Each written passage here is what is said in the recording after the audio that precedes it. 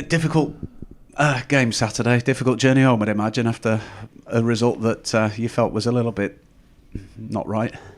Good morning, Andy. Good morning. And could I just address the problem with me face that people have been commenting on?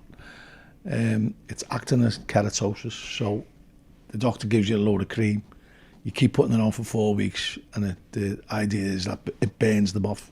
So that's why my face is so red. So that's them. I haven't been in a fight, although there'd probably be quite a few people who'd like that to be the case, but no. So that's that. So okay. We'll put that one to bed.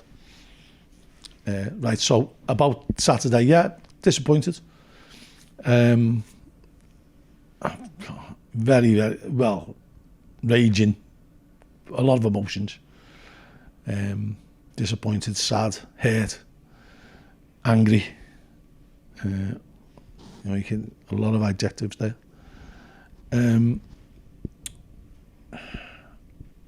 You get interviewed after the game, and I don't know I don't know what people want. I don't know what people expect when they see a post-match interview, or even these pre-match interviews, which I think we try to make a little bit light-hearted and a little bit more interesting, because what you want to say, we were unlucky and they're a good team and it's going to be hard and all this.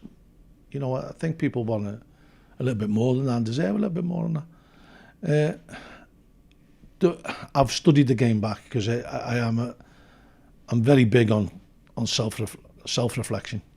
And over the recent years, I've learned that you've got to be always looking forward. So if I'm going to be the focal point to lead the team and the club forward, or certainly the team, it's what we're going to do in the future. We can be informed about what's gone on in the past. So I've got to analyse, firstly, my input on Saturday, and then the players' input on Saturday. And the big thing I come up with over the weekend is I made a mistake at half-time making a substitution. Now, I know the reasons why I did it, because otherwise I wouldn't do it. I'm not stupid. So I know the reasons why I did it. As it panned out, it didn't work, and it worked for a number of reasons. But ultimately, it's my job to make them big calls, and I got one wrong. I got it right against Forest Green, in my opinion. This is only my opinion. I got it right against Forest Green when I made a quick change after 50 minutes, 52 minutes. I was half in there because Jay had gone off. I thought if I make a sub at half time, I'm still giving myself 2 opportunities to make subs in the second half. But stewing on it over the weekend, which I've tried to avoid, but when I know I've made a mistake, it bothers me. And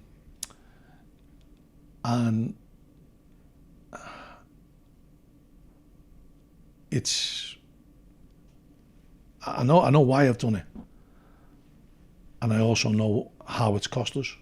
And reflecting now, I wouldn't do the same again. But it also brings back to me why I am reluctant to make subs when things are going okay. And I've always had that in my makeup, really. It's changed a little bit over the last couple of years because I've had to make subs. But going back to what I know, I don't make subs for a reason, or I didn't make subs for a reason, and that's no disrespect to Seamus coming on at half time, by the way. It was the way I changed the shape of the team. That was the mistake. And so I've got to take responsibility, a big part of the reason why we lost the game, or we lost the initiative in the game. You can't legislate for certain things that go on in the game. And I spoke about how sick I was with football after the game. And at that moment, obviously now I'm over it now. But at that time, I was sick of football. I was sick of always being a victim, or being a victim a lot of the time, and a lot of the time it being out of your control. And I know Mike Jones won't mind me sharing this. I have conversations with him, a lot of the time of a Sunday, and I must say, probably 80% of the time we're on the same page. There'll be times he'll disagree with me, and rightly so, really. my outlook or my opinion on referees isn't always going to be right. But I've been involved in football long enough to know when things don't sit right. And he agrees with a lot of things I spoke about at the game on Saturday. And I've spoken about this for a long periods this season about the bounce of the ball. Just, on another day, when you look at the goal again, Aaron's tried to block the shot. He's jumped up in the air. It's hit him on the inside of the thigh. And he's a big lad. It's hit him on the inside of the thigh and deflected past Radek, who's going to comfortably save it. You could do that, honestly, you could do that 100,000 times and you wouldn't get the same result. And that's just football. And you have to accept that. So what we've got to look at, well, how did he get the shot in the first place? And that's when we've got to address it. So, yeah, this is what we do, and you do it automatically. So Josh had flew out to try and... Tommy's won the header from the corner, which is good defending. Josh has ran out to try and put pressure on the lad who's got the ball back. We needed another man to go out with him, and we didn't. And that's something that we'll address today. And so we're disappointed that he's actually been able to get the shot. But the luck that was involved in the shot. And then when you take it back to the free kick that we had prior to that, and it's clearly a corner for us. And everyone agrees with you that it's a corner. If the referee gets that decision right, the odds of us losing that game are pretty slim. And we've got a chance of winning the game by scoring from the corner. And that's the margins in football. And then when you get up on Sunday morning, I'm still sick about it. But we're an injury-ravaged team. We're a young team. We haven't got the resources of Milton Keynes Dons. And we're annoyed and sick that we've lost to a 93rd minute deflected goal. That tells you how well them lads are doing in there. We're with the hurdles that we continue keep having to jump over, with the injuries and some things that go against it. So, to answer your question about Saturday, yeah, it's still hurting. I'm over it, and I'm now looking forward and trying to learn from the mistakes I've made and trying to educate our players that this is what we do on a regular basis to get us better at having an opportunity to win a game of football. I'm really interested with what you said about pre- and post-match interviews that you do, John, and you're experienced in that you've done them for 20-odd years with us and with various other media outlets. Do you take time to watch back or listen back to what you've said, or do you get feedback from others who've watched it and then look at it, or do you just think, I'm not looking? A bit of both, really, because I don't really like listening to my own voice. And sometimes you can bore yourself. A lot of the time I can bore myself. And there's only so many things you can say that aren't different. And, you've been doing it for 25 years. And take that even into team talks before and half time and after the game.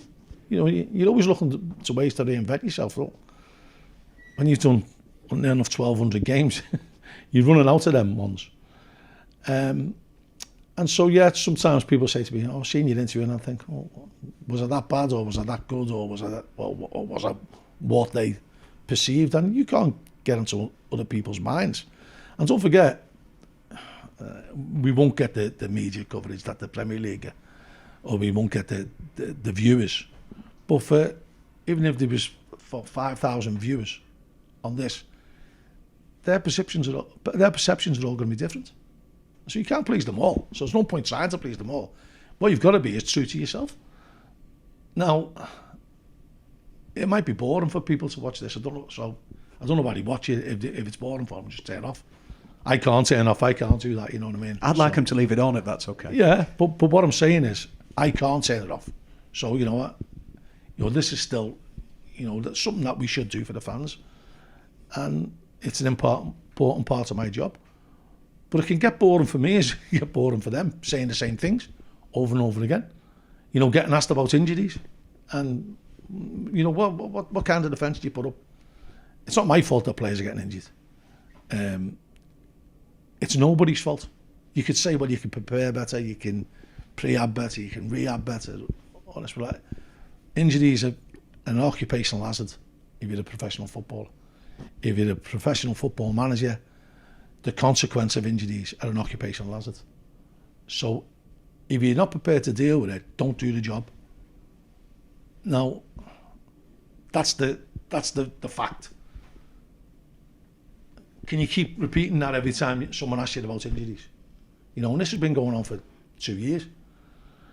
And it's easy then to hide behind it. Oh, we're dead unlucky. We've got this, that. We've got a load of young players, and we shouldn't be. I'm doing better than what we should be, and all that. The fact of the matter is, we have to get on with whatever we've got to get on with. And instead of moaning about it, try and prepare your team to be the best version of themselves that they can. I've watched the game back Saturday. Our organisation, we didn't handle the ball well on Saturday, but our organisation for the first half, most parts of the first half, was everything that we'd worked on at training. It was like watching our training session back. And then I've been the one to blame for making the change. So I wasn't the one who was giving the ball away. So I'm not going to take the blame for that. But I changed the system. I changed the personnel.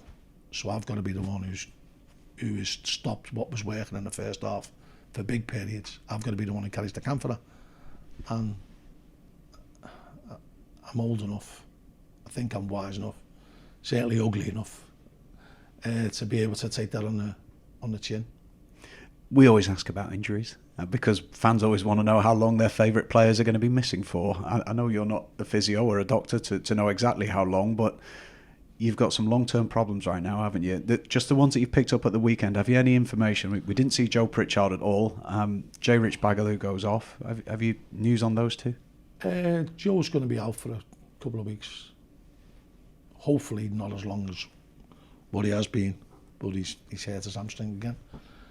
And Jay is going for a scan today, so we'll go on the news on that. It didn't look good because it's a reoccurrence. I understand the need to speak about injuries because fans do want to know about players and what the team's going to be and all that. You don't really want to show your hand on to the opposition. I think anybody who knows football, we're not showing our hand to the opposition. If Jay Rich is coming off after 20 minutes on Saturday, he's not playing on Tuesday. That's a given. The problem that we had was that it was compounded by the fact that we lost Louis Shipley. So we're hoping Louis could be fit enough to play tomorrow. So that would be a big boost for us. But when that happens and then you put somebody into replacement and he gets injured, that gets you or accelerates the problem. I suppose there's two ways of looking at it. If there wasn't a game this Tuesday night, there might be more recovery time for players who are injured, but there is a game. Is it a good time for there to be a game after the frustration of Saturday? Well, he had the tail end of Ben's interview before, and he was saying, it's great to have a chance to put it right. I know as a player I'd want to be playing, I'd want to get that frustration out, because I think that's the overriding feeling from the weekend, is frustration. And it's not the first time we've lost a lead away from home in the second half, late on. So that's the frustrating part. And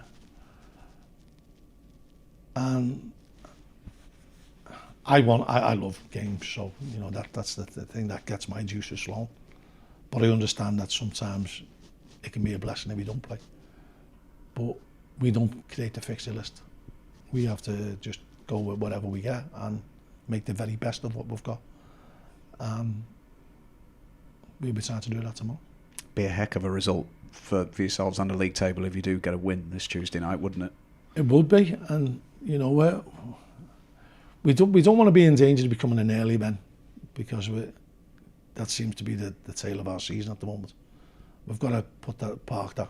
We can't do anything about what's gone on in the past. We can do everything you're doing is for the future, and we've got to just always try and be better, and that's what we've always tried to do. What are Wimbledon like? They had a great result the weekend, didn't they, to beat Barrow? Smashing result, great win, could have been more. And, you know, we know Harry Pell from the time, great character. And they've lost a couple of players that they wouldn't have liked to have lost, and they've got a couple of injuries. But, you know, they're in where they are in the league for a reason. They're capable of winning games. And so I don't want to, I've started the interview by saying I don't want to be this bored and they're going to be a tough team and all that. But every game you play is going to be tough, you know that. And we know that they've got qualities that we've got to try and eliminate.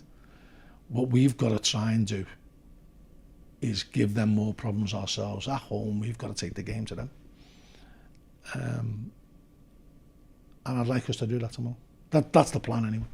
Just on Harry Pell, I know from talking to you down the years how big a character. He's right up there with some of the biggest characters you've had at this club. If you had your time again, John, would he still be here? Or was it right for everybody that... I think it was right for him to go at the time, you know.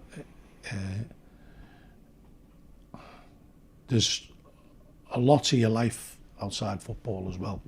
I mean, some of us get too immersed in it, to be honest, and I've been in danger of that in the past. But it's a short period of your life as a footballer. So he had to do what was best for his family.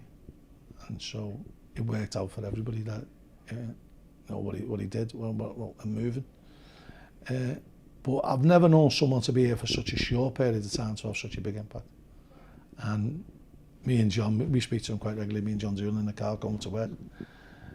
And we still go back to that Charlton day as one of a great night, and the laugh we had that whole trip was just it was a great experience. Just finally, it goes without saying what this crowd can do to help you in home games on a Tuesday night. Wimbledon probably won't travel with huge numbers. It's a great opportunity to really show what the fans here are all about again, isn't it? It is, and our fans are great. You know, you can't criticise our fans. And the people who came on Saturday, you know, it's much appreciated. It's a long trip to go to Milton Keynes. And they're in a big stadium where they can't be heard really, but we could hear them. And, you know, as I said, you can't say anything bad about our fans because they've been brilliant over the years. If there was more of them, the whole club's job would be easier. But they can't drag people off the streets and bring them in. You know, we've got to try and put a product on that people want to come and pay and see. Over the years, we've done that a lot. But there'll be a saturation point because it's a small town.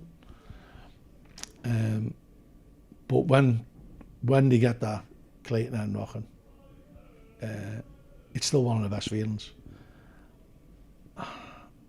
I'd love to be the person who scores winners and runs up to them, the way I did in my younger days when I was a player.